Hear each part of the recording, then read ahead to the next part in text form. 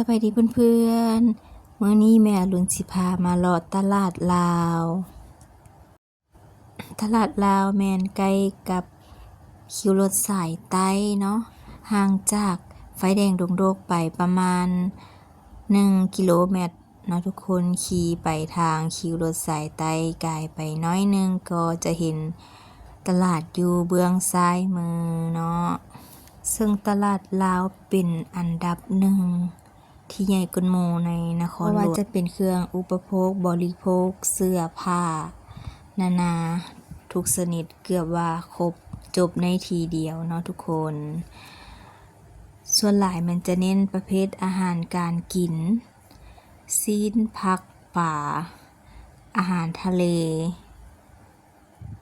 ตลาดนี้ก็จะเป็นตลาดที่ว่าจะขายเครื่องส่งส่วนหลายแม่นเงินใดที่ว่ามักจัดงานเนาะเฮ็ดงานบุญงานดองหาจัดร้านอาหารเพิ่นก็จะมาเข้าซื้อเครื่องอยู่ตลาดนี้เนาะ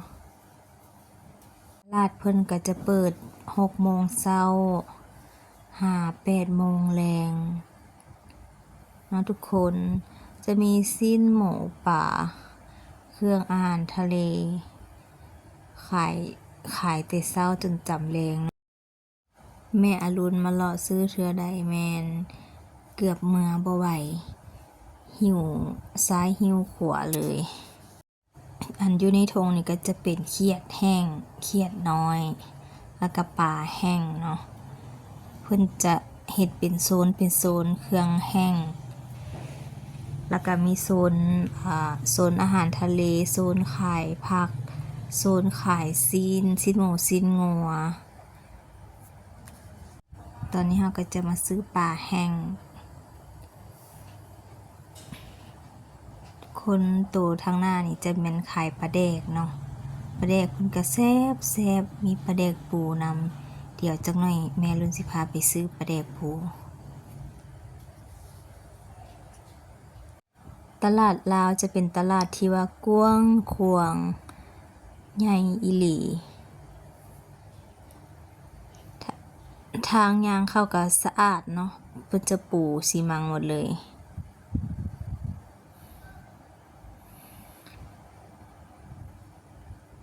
ตัวนี้ก็จะเป็น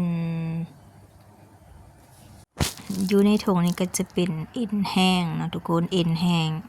เพิ่นจะซีกตากแห้งเราสามารถเอามาทอดตัวนี้ก็จะเป็นโซนผักกาดซ้อมนะตัวนี้ราคาโลนึงก็15,000ตัวเป็นก้านก็10,000 กีบมื้อนึงก็100,000เนาะนี่แม่รุ่นสิพามาซื้อปลาแดกปูสิเอาไปตำบักหุ่ง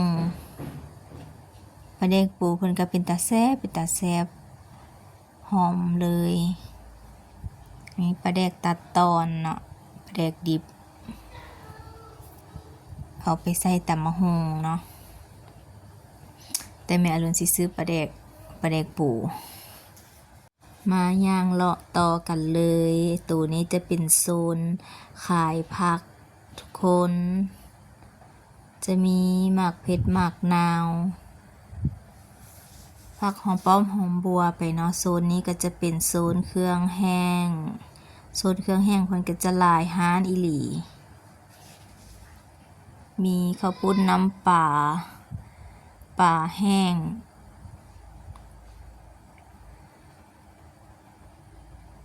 มีหมักเพชรแห้ง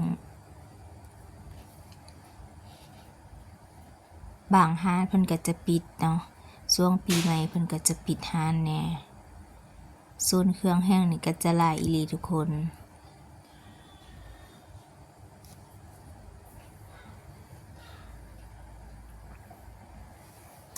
มาเลาะเท่าใดแต่ก็บ่ค่อยดอกทุกคนแม่รุ่นก็สิมาซื้อดอกไม้ไปบูชาตัวนี้ก็จะเป็นขัน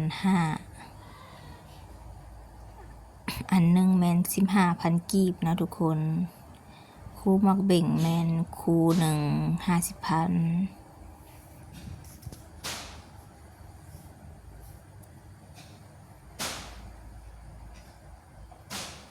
ตัวนี้ก็จะเป็นโซนอาหารพื้นบ้านก็จะมีหมากคอเนาะหมากคอโลนึงก็110,000 กีบเพิ่นก็จะขายหนูแห้งเนาะขายกระปูแน่อาหารพื้นบ้านทุกคนตัวนี้ก็จะเป็นโซนเห็ดลินจือตัวนี้โ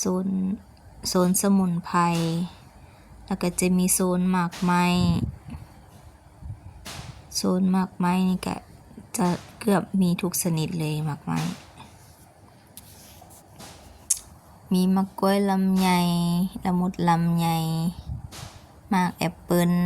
ยามนี้ก็จะเป็นยามหมักเกี้ยงบางเวียงโลนึงก็เริ่มต้น10,000 กีบ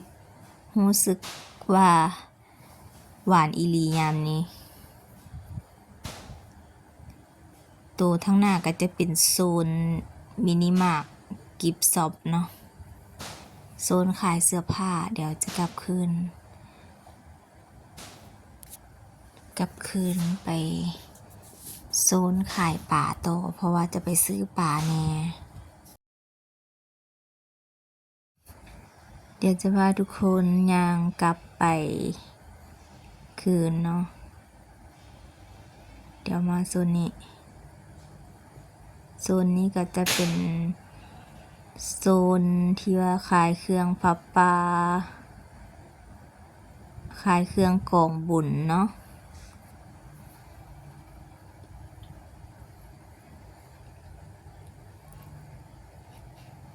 มีจอกมีถ้วยมีบวงครบเลยมาแล้วตัวนี้จะมาโซนขายผัก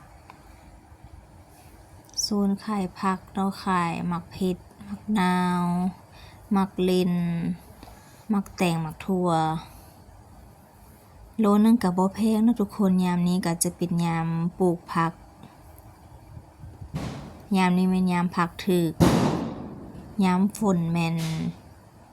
ผักจะแพงเนาะเฮ็ดบุญอยู่เฮือนแม่นต้องใช้งบประมาณหลายมาโซนเครื่องแห้งอีกแล้ว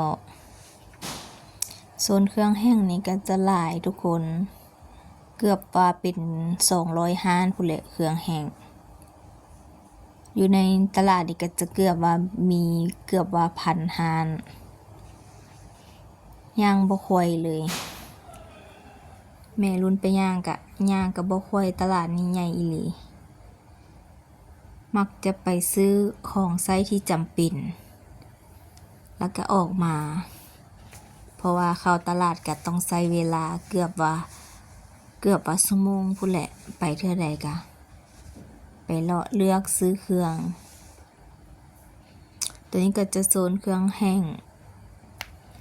บางร้านเพิ่นก็จะปิดร้านพักปีใหม่สากลเนาะ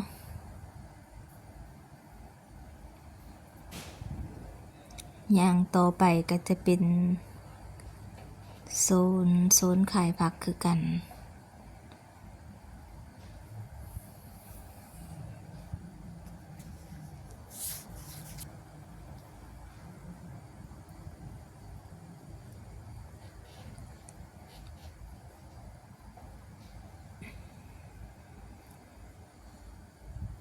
มีกระปูทุกคนกระปู